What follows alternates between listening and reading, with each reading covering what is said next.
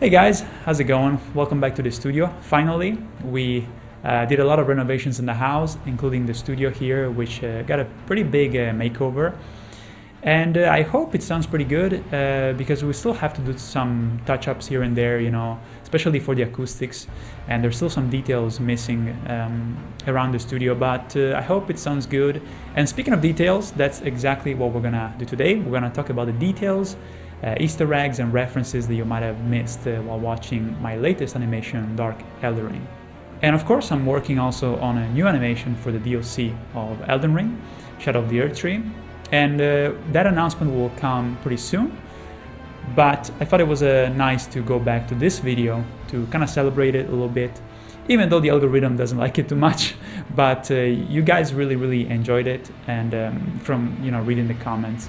And it was really beautiful. Like seriously, I got so many comments saying that it was their favorite video that I've ever done, and that is a big motivation to me. So thank you so much for watching it and sharing it, and also enjoying the message that was behind it, basically.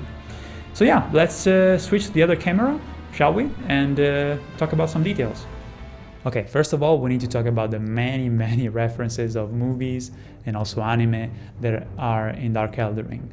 Because you see, this animation, I had more creativity because I didn't have to follow the script of the game too much, And so throughout the whole video, there's so many peppered references, of stuff that I really like, that I want to kind of pay homage to. And so one that is kind of like really obvious, I suppose, is the one about Ghost in the Shell. Because just like in Ghost in the Shell, you see the cyborg coming out of the water vat. In the same way, like here, you see Melania coming out of the pool, and the shot is like 1-to-1 basically, because it's so iconic, So I wanted to kind of make it in my own way, but with Melania. And yeah, that's one reference that I think a lot of people still kind of recognize because it's pretty iconic. But then you have stuff like, for example, when the characters falls down the waterfall in the deep root depths. And that's basically mimicking a little bit, the scene, the introduction of Skyfall, where the body kind of slowly sinks down into in the water, while the credits of the movie show up, So I did kind of like a similar thing overall. A small addendum here, the intro sequence, the way that I constructed it, it basically has this juxtaposition of Melania emerging from the water and the character instead sinking deep into the water. So there's these two things that kind of interplay together, and also the helicopter landing and Miyazaki going down the elevator of the Divine Tower. So there's kind of like this interplay between visual elements that are going up and going down. And staying on topic with the movie references, there's actually a pretty big one at the end of the animation, basically, which is a nod to The Matrix Reloaded, where there's like a big reveal at the end, and the camera kind of pans from Neo to the other character with a very eerie music sting. And I also love this movie, so I wanted to kind of like reference it somehow, and I thought that the scene with Gideon basically mirrored it kind of perfectly for the sake of the story that I was trying to tell. Another classic here, this is a movie that I loved when I was a kid. I kind of have to rewatch it, honestly. But yeah, you know how in The Mask, when he's trying to dodge the bullets when they're shooting at him? So I basically did the same thing with the Godskin Noble when he's attacking the player, and he's kind of leaning and stretching left and right to avoid the attacks. This one is maybe not as obvious, but for people like me who love the anime from 1997 of Berserk, they probably noticed the reference to the scene where Guts is haunted by the demons, that are kind of stalking him. And so his mark on his neck starts to bleed, and he starts to see some visions of demons. And I did the same thing in the animation, only the mark on the back of the character, the mark of the Elden Ring, starts to bleed in this case. But many of the kind of like the scenes and the shots are kind of similar, to be honest, even though the style is very different. But I wanted to pay homage to this anime because I thought that this scene was super cool, and it kind of stayed in my mind for many years. So being able to do it in my own way was super cool, Neon Genesis Evangelion is also pretty heavily referenced in the animation, especially this scene here where Shinji goes inside of Rei's apartment, and you can see that the apartment is all kind of shoddy and like kind of minimalistic and sad. And so the scene in the hospital of the facility where you see Melania all like basically mangled and full of bandages is also a nod to this scene right here. On top of the fact that Miyazaki kind of acts like Gendo from Evangelion throughout the whole video, basically. When you see the creepy reincarnated version, like Godwin style of my character, you can see that he has like a blanket, and yeah, there you go. This is basically the blanket that I always use when I animate, especially obviously during the winter. And this blanket is really important because it's super warm, and it was given to me by my grandma, rest in peace. And she basically said to me, remember to stay warm. So I couldn't resist to put it in the parody, to give it just like a personal touch, right? This is an anime that I actually saw quite recently, and it became one of my favorites of all time, Serial Experiments line. And in the loading screen, silly version of the loading screen, which by itself it's trying to, it's a nod to the Nocron loading screen from the game. The character has a little kind of braid that looks exactly like the braid that the main character has, a line right here, see? And that's because, you know, just like in this anime where she's kind of trapped inside of the internet, in the loading screen scene, the character is also kind of trapped in VR. So I thought it was a good kind of mirror between the two, you know? I bet that few have noticed this because the scene goes by too fast, I suppose. But when the Leonine Misbegotten is kicking my ass, for a brief second you can see a curious kind of like boat in the background right there, see? So that boat is actually from the actual map of the game. If you go to Castle Morn right here, you can see the same two people rowing on the boat with this like kind of medieval art style, I suppose, next to the arena of the Misbegotten. This one I love. So the whole punchline with the Leonine Misbegotten scene is that he goes to the jellyfish. Shouts out, by the way, to Lobos Jr. for giving his voice for the Misbegotten. But yeah, like when I played the game the first time, for some reason, I don't know if you guys also had this bug, but once the boss kills you, he would run to the corner of the arena and start looking in the direction of the jellyfish. And so that happened almost all the time. So it was so funny that I had to put it in the animation, and I have proof. As you can see here, I don't have too many screenshots, I just have these two, but he would systematically always go to the corner of the arena and look at the jellyfish. So it was so funny that I don't know if you guys also had this happening to you, but I was there day one, and that happened immediately. Like it was one of the first bosses that I actually wanted to defeat, even though it was pretty difficult as one of the first bosses, but I kind of like was stubborn, and he was doing it all the time. So anyway, that was really funny to me. So you know the cover art of Dark Souls 1? I'm not talking about the cover art with the DLC included. I'm talking about the PS3 version outside of Japan that launched. So yeah, the thumbnail of Dark Eldering, I wanted to kind of do a similar thing to the original cover art for Dark Souls 1, with all the kind of wispy blue effects, you know, in the logo, and the character kind of being at the center of the image. And yeah, I actually kind of dig this cover art. It's pretty fucking cool.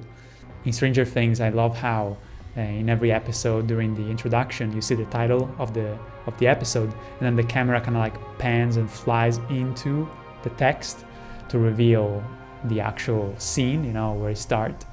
And I did a similar thing with the beginning logo for Dark Eldering. When the character arrives in front of Millennia's arena, you can see that there's a candle here, and the candle, like the light of the candle is kind of off by a little bit. And it says, in fact, it says "Great job from." That's because I have proof. Like many people probably already saw this. or maybe I'm the only crazy person that noticed it, but the fucking light is kind of like not exactly aligned with the candle, and it's so dumb, you know. But hey, you're gonna make fun of this kind of stuff, especially because so many people are gonna be in front of this fog gate, like, because it takes ages to beat this boss, and you fuck up the candle. Why?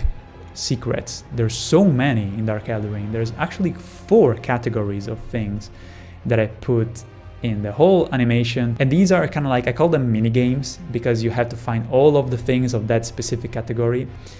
And so in this case, I will tell you just the main category, and then when you rewatch the parody, try to find all of these things, okay? So the first one, it's a simple one. Basically, after the Godskin Noble starts to float around, you know, the giant fatty, he reappears 4 times during the animation. I don't know if you guys were able to find all 4 appearances, but he's there, he's just flying around. Then you have the scarabs. So the way that I did it here was to kind of choose all the types of scarab that you can find in the animation. You have the glintstone scarab, which is the one that is rolling the ball that has kind of like tiny stones that are multicolored. Then you have the incantation scarab, which is the golden one. Then you have the Ash of War scarab, which is the one that kind of disappears. You know, you have to kind of intercept. Then you have the crimson scarab, which is the one that is flying, that is red. Then you have the somber scarab, which is like a regular scarab that is kind of rolling a thing that glows just a little bit. And then last you have the cerulean tear scarab, which is the blue one that gives you the blue tear flask. And so there's 6 scarabs in total. Did you guys find all of them? Then you have the rebirth monuments. This one was actually pretty cool to put together, because these are little totems that you can find in the game that allow you to summon the spirit ashes, right? And so in the case of this video, in Dark Elden Ring, the player is almost like a spirit ash on his own, like the actual player resurrects at the beginning of the video. And so I kind of like thought of him as like some kind of spirit that comes back from the dead and is reincarnated, thus being a rebirth, right? And so I scattered all these totems around the video, and there's a total of 13 of them. Were you able to find some of them? Did you notice a pattern when you were watching the animation? Let me know. And then last, we have the Eyes of Gideon, which was a type of Easter egg game that I put also in the previous animation. But in this case, as it revealed at the end of the video, Gideon was actually working for Miyazaki to keep track of where the player was, you know, to kind of spy on him. And so in the video, there are 20 Eyes of Gideon in total that you can find. If you're one of my supporters on Patreon, by the way, just last week I released the art book for this animation, which was a pretty big amount of work to put it together. But in the art book, there's a section that showcases with a screenshot each one of these Easter eggs. So if you're one of the people that are so kind to support me in the upper tier, by downloading the art book, you will be able to verify if you were able to find all the secrets that I just talked about. When I did the concept for the system that is behind how Melania is able to do the waterfowl dance, I had like a rough idea of it, but it was so flawed. Like there was no way of making it work. Like I had this idea where the whole armor of Melania was made of like a certain metal that would like make her, I suppose, float in the air. But then I talked to my friend Marco, who has a master in engineering, and he told me, no, that wouldn't work actually, because she wouldn't be able to stay put in the air. She will be kind of like wobbly all around and fall down. And so at some point, a little bit late in the process of making the animation, I will admit, but I went to his house and we did this whole kind of sketch here, and there's even more photos that I have, but I don't want to, you know, dox him. But so basically, yeah, there's all these studies that he did to figure out how this system, you know, would actually work. And so, yeah, just like it's explained in the animation, there's like a giant coil that goes around the dome, and this coil kind of creates a field, you know, that is able to resonate with the material that is inside the armor of Melania. But this was not easy actually to make it feasible, because this whole thing is actually feasible. Yes, it would be crazy to construct such a big dome in a facility, also the magnets and this and that. But technically this thing here is kind of doable. Like, it's actually feasible from a technical standpoint, from an engineering standpoint. And I wanted to make sure that it was actually realistic, quote unquote.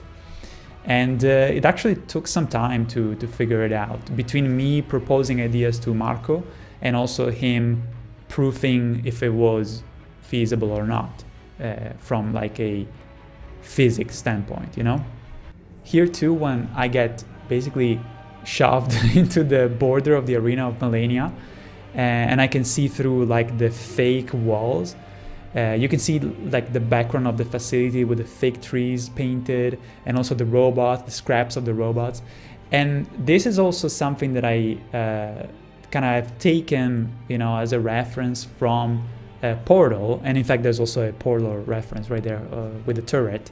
Because in Portal, at some point, you go through the facility, you do all these puzzles, and then at some point you see a panel that is slightly off, and you can go behind it, and you start to see like scratchings on the wall. And then you start to realize that this is not just like a facility, but some people were actually here before you. And it gets so intriguing and interesting, the mystery behind it. And so this whole scene wanted to kind of channel that kind of vibe, you know, from Portal 1. Or even Portal 2, you know, the Portal series, which is such a genius game. And yeah, I wanted to kind of give a similar feeling of like, wait, maybe things are not what they seem, right? Almost forgot to mention that I also posted a short a while ago, and in the scene when Melania is cutting me into little pieces, the severed arm at the end flips her off. I am Melania. I can do this all day. Didn't actually see this one pointed out in the comments, but that right there is one of the beasts that are flying in Demon Souls that you have to kill with the Storm Ruler. And in fact, that right there is the Storm Ruler from Demon Souls. I was surprised at how many people got that reference, actually. I'm gonna get just a bit more serious here, talking about the ending of the animation during the epilogue, you know, when there's like a monologue between myself, you know, and the things that I touched upon. So when I released the video, some people said, hey, like, I hope you're okay. They were giving me like a lot of encouraging words, you know, because I talked in the ending about the insecurities, about what I do, and, you know, the fear of vanishing, and like trying to appease the algorithms, and being worried that you will disappear, nobody will watch your stuff, it's all for nothing, and all this and that, you know. And I just wanted to say that, yes, these things, I felt these things, especially a couple of years ago, you know.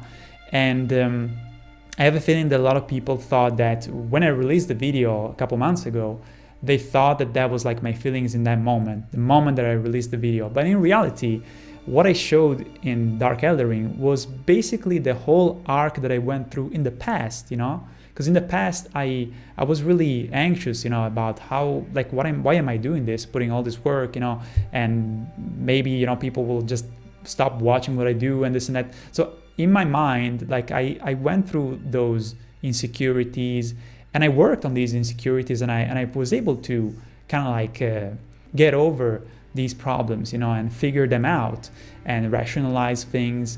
And so basically this epilogue sequence represents kind of like the growth that I had through the years, like through these last 5-6 years, where I was worried, you know, about the future and this and that. And ultimately, even in the epilogue itself, at some point, there's a moment where I kind of like say, I don't care about trying to appease, you know, the trends, the algorithms, as long as I am ultimately happy with what I did, you know, and that's enough of a motivation to continue. And it's even better if people like what I do. If some people still watch and they're happy, that's enough to continue, right? And that's exactly what I did. You know, I thought long and hard about the situation of doing this type of job, you know, and finding the motivation. And at some point I was like, don't compare yourself to others, just do your thing and be proud of it, you know. And if you're proud of it and you like it, and also some people even like it too, that's all you need, right? So yeah, the epilogue of this animation is not my feelings in the moment that I released the video, but it showcases the whole growth that I had through many, many years, And I'm glad that so many people resonated with it, And at the end of the day, I feel like it's all about rationalizing and trying to kind of take things day by day, even if you think something is difficult, even if you think like you don't believe in yourself, let's say, you have to work on it day by day and see the small results as you go.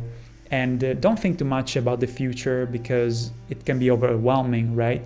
And so by doing small steps, you will achieve things slowly, but then you will look back and be proud of all the small achievements you did.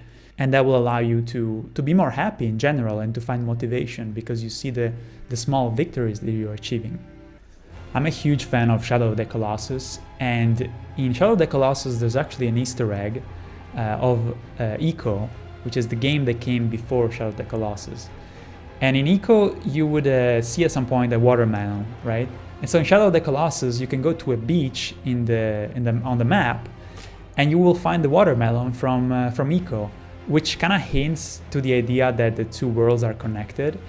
And so in this scene right here, where I connected the parody of Dark Souls 1, where, Ornstein and Smo, the short that I made of Dark Souls 1, in this scene, there's a kind of like a multiverse situation where the character from Elden Ring looks at the character from Dark Souls. This kind of like the two worlds connecting idea, I wanted to repurpose it myself by doing the Easter egg of Shadow of the Colossus that connects to Ico.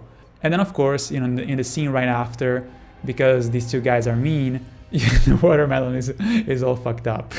I just like this idea of inceptions of Easter eggs, it's like so much fun to do.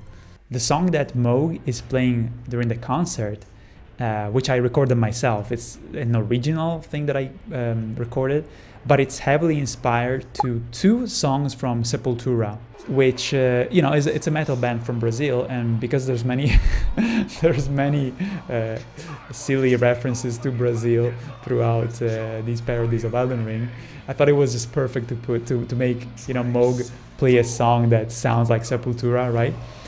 And so the song that I wrote and recorded, it's basically like a blend between Roots Bloody Roots, which by the way, Bloody Roots is perfect for Moog, obviously. It's a mix between Roots Bloody Roots and also Ratamahata. I'll play just a little clip now of the two songs, but not too much, of course, because I will get demonetized immediately, or rather I will get a copyright strike. So I got a comment here from Cryptic who says, "Bro, how do you know exactly the right people to find for the voice acting? They sound one-to-one with all of the characters. They've done another amazing job." And look, this is one of the reasons why I said at the beginning of the video, this video was not made with any use of AI. Because trust me, like, to find the right people to scout and listen to audio clips and go around the internet desperately to find the right person to do this job was so time consuming, man. Like, if I used AI, I would have done it in 2 seconds. But because AI just can't, like, if you're doing a parody, and you want to make something really funny that works, if you use something AI, you will never be able to tell the actor, do it in a certain way, but change your tone, like this and like that. And so working with people that are humans, for fuck's sake, they can really kind of like listen to advice and change the way that they say something to make the scene even more funny, And yes, it would be so much easier to use AI and call it a day. But instead, there's so much work that goes into finding the right people.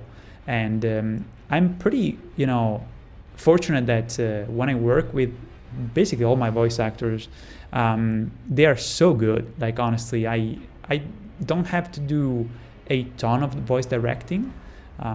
Yes, there's many tweaks that I always ask. I'm a little bit of a pain in the ass, but they're usually very happy to kind of tweak stuff and to make it just perfect, And I never had any complaints. People were always happy. Ultimately, they told me, at least, to work with me and listen to suggestions, on how to just change the pitch of the voice so that it's just kind of following the same way that that character talks, like, you know, like, oh, she's kind of dragging the R a little bit more, and she goes a little bit more down and then up. You know, all these adjustments are so crucial to make it sound authentic, right? Even though it's not the same voice actor. And I'm just gonna say this, that there's a lot of work on my side and on the voice actor side to get it just right. But it's, at the end of the day, it's so satisfying to get it right. And I wanted to thank my voice actors, all the people that I work with, for being so patient with me. This time with the voice acting bloopers, I don't have a lot to show, honestly, and to comment on. I would say that the voice actors were even too professional this time, this time around. But I'll show you here a couple of clips that I thought they were kind of funny. Wait. Hold on. Wait. Too much breath. Wait. Whew. Oi, oi, oi! You fucking starting on me, lad! You wanna knock your fucking face out! Holy shit! I swear, if you don't quit being such a weirdo, I'm gonna shove this up your... Oh? Oh, well, no matter.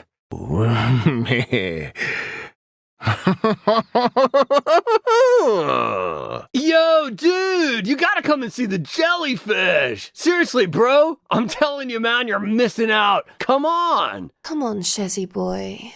Give us something scandalous. Sir, would you like to try our signature tombstone tacos? They're to die for. A snack or a snack? She said friend? Oh, dude! Are we in the friend zone? What the fuck, bro? 私の特別なプレゼントを受け取っていただけこ... It's a fucking tongue twister, this one. Now, I could translate it again and make it easier. But why would I do that? Why would I make things easy for myself, Shezmen? Why would I? This one is so stupid. Oh my god. I don't know, I was like, meatballs marinara. I don't know why. It just spawned in my... I don't know if it's because of the red color. And so I was like, I need to write meatballs marinara. I can't help it, dude. And so, I wrote it right there. But it's not actually that apparent. Like, initially it's like almost zero opacity, and then slowly it starts to become more opaque and you can see more of it.